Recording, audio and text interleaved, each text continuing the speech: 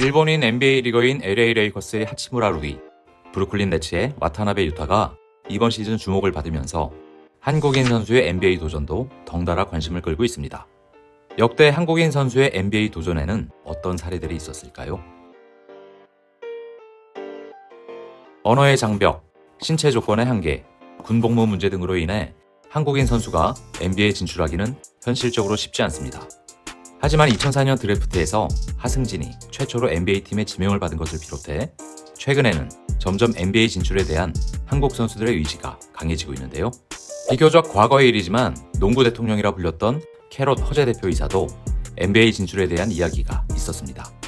허재 대표를 비롯해 이충희, 서장훈, 김승현, 김주성 등 시대를 풍미했던 선수들이 NBA에 진출했다면 어느 정도의 성적을 냈을지는 지금까지도 농구 팬들 사이에서 화제가 되는 토론 주제이기도 하죠.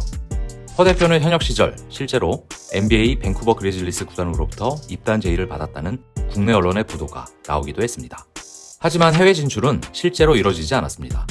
허 대표는 한 예능 프로그램에 출연해 당시에는 두려움이 있었다. 지금이라면 도전했겠지만 당시에는 혼자서 감당할 수 있을까에 대한 생각이 컸다. 라고 털어놓기도 했습니다. 그렇습니다. 허 대표의 성공 여부를 떠나 요즘과는 환경 자체가 달랐던 당시에 그와 같은 얘기가 나왔다라는 것 자체가 대단한 일이 아닐까 싶습니다.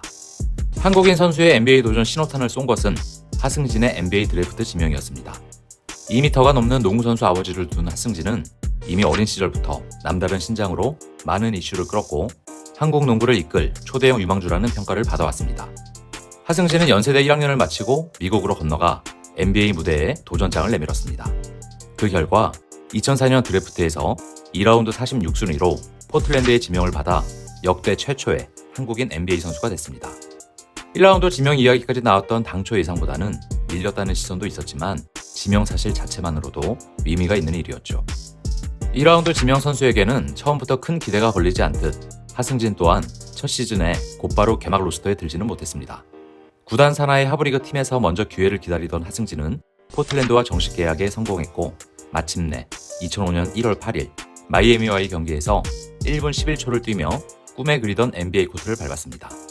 많은 출전 시간을 받지는 못했던 하승진의 NBA 커리어에서 가장 빛났던 순간은 데뷔 시즌, 정규 시즌 마지막 경기였던 2005년 4월 21일 레이커스전이었습니다. 당시 하승진은 데뷔 후 가장 많은 시간을 뛰며 13점, 5리바운드, 1스틸의 기록을 남겼고 7개의 야투 시도 중 6개를 성공하는 발자취를 남겼습니다. 3개의 덩크슛까지 터뜨리며 팬들의 눈을 즐겁게 하기도 했습니다.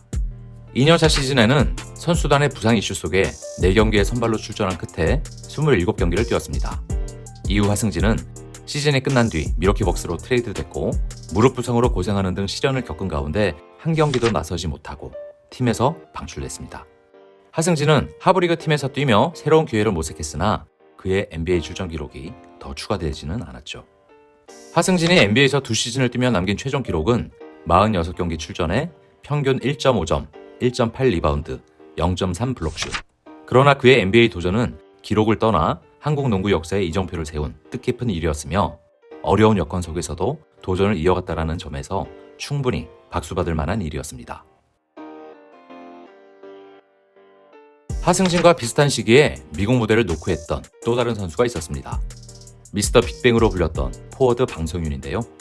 일찌감치 기대주로 꼽혔던 방성윤은 연세대 시절에 이미 대학생 신분으로 2002년 부산 아시안게임에 출전해 금메달을 목에 걸었습니다.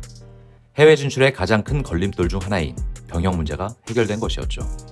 미국 진출에 나선 방성윤은 2004년 11월 NBA 하브리그인 NBDL 드래프트에서 4라운드 2순위로 로어너크 대질에 지명됐습니다. 이는 하승진이 NBA에 지명을 받은 뒤 약 3개월이 흐른 시점에서 들려온 희소식이었죠. 방성윤은 NBDL에서 리그 평균 득점 15위, 3점슛 성공 1위를 기록하는 등 나름대로 두각을 나타냈습니다. 이후 디트로이트, 댈러스 등과 연결되기도 했으나 서머리그에서 기대에 미치지 못하는 모습을 보이며 NBA 진출까지는 실패했습니다. 방성윤은 2005년 11월 국내 유턴 후 KBL 무대에서 뛰기로 결정합니다. 미국 진출에 대한 열망이 컸던 방성윤은 2008년 제이 험프리스 감독이 이끄는 D리그 리노 피콘스의 지명을 받아 다시 NBA의 문을 두드렸고 4경기에서 평균 12.3점의 기록을 남겼습니다. 하지만 KBL 소속팀이었던 SK의 긴급한 복귀 요청에 따라 방성윤은 한국 무대로 돌아왔고 이후 다시 미국 무대를 밟지 않았습니다. 하승진과 방성윤 다음으로 미국에 진출했던 선수는 최진수가 있습니다. 다른 선수들과는 다르게 고교 시절부터 미국에서 보냈던 최진수는 2006년에는 최연소 국가대표로 선발되기도 했습니다. 이후 NCAA 대학들의 러브콜을 받은 최진수는 명문 메릴랜드 대학에 입학했습니다.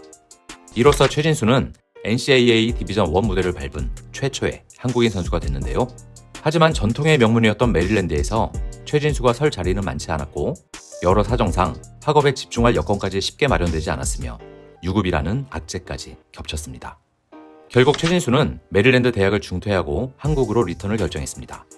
2011년 드래프트에 참가한 최진수는 1라운드 3순위로 대구 오리온스의 지명을 받아 KBL 생활을 시작했죠. 신인 시절에는 드래프트 동기인 오세근과 라이벌 관계가 형성되며 팬들의 흥미거리를 더하기도 했습니다. 지금은 한국가스공사에서 뛰고 있는 이대성은 현대 모비스 시절 G리그에 진출해 하승진과 방성윤 이후 처음으로 G리그 경기에 출전한 한국인 선수가 됐습니다. 이대성은 대학 시절 중앙대를 자퇴하고 NCAA 디비전2의 하와이 브리검 영 대학에 편입했던 이력도 있는데요. 다른 케이스보다는 다소 늦은 나이에 미국에 도전했던 이대성. 의지는 강했으나 좁은 NBA의 문을 뚫기에는 역부족이었습니다. 2017년 G리그 1위 베이오크스에 1라운드 20순위로 지명됐던 이대성은 11경기에 출전, 평균 2.5점, 1.1 어시스트의 기록을 남긴 뒤 팀에서 방출됐습니다. 미국에서 자리를 잡지는 못했지만 큰 경험을 쌓고 온 이대성은 KBL을 대표하는 가드 중 한 명으로 성장했습니다. 2018-19 시즌에는 챔피언 결정전 MVP를 수상했고 오리온 이적 후에는 2년 연속 베스트 5에 선정된 바 있습니다. 최근에는 최진수 이후 처음으로 NCAA 디비전 1에서 뛴 데이비슨 대학 출신 이현중의 NBA 드래프트 도전이 많은 관심을 받았습니다. 이현중은 2m가 넘는 키에 정확한 슈팅력을 보유한 장신 슈터. 한국에서 흔히 보기 힘든 특별한 재능을 가진 선수입니다.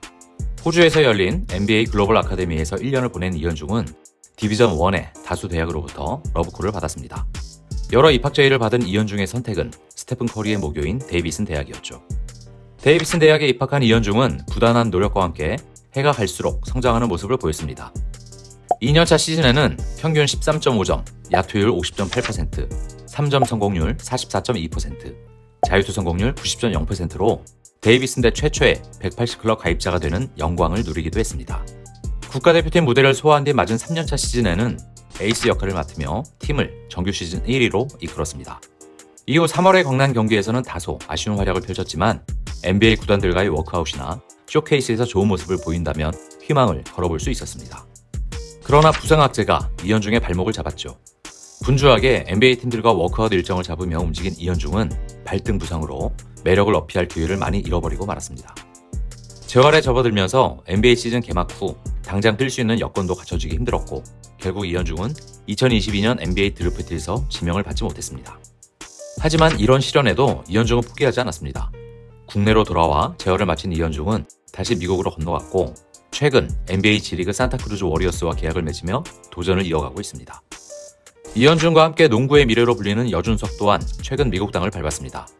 여준석은 지난 1월 중순 NCAA 전미 랭킹 6위 곤자가 대학에 합류했다라는 소식이 전해졌는데요. 여준석은 203cm의 신장을 보유한 포워드로 용산고 시절부터 국가대표팀에 뽑힌 자원입니다. 2021년 피바 U19 월드컵에서는 한국 선수 중 단연 돋보이는 기량을 선보이며 NBA 드래프트 관련 전문 기자의 호평을 받기도 했습니다. NCAA 무대에서 여준석이 잠재력을 입증하기 위해서는 넘어야 할 산이 많습니다. 단순히 농구적인 기량 발전도 이뤄야 할 뿐만 아니라 한국 선수들의 발목을 잡았던 언어와 학업 문제 또한 큰 탈 없이 해결해야 합니다. 그렇지만 NCAA 최고 명문 중 하나인 곤자가의 시스템에서 잘 성장할 수 있다면 충분히 밝은 미래가 기대되는 상황이라고 볼 수 있겠네요. 느빌람, 오늘은 여기까지입니다. 감사합니다.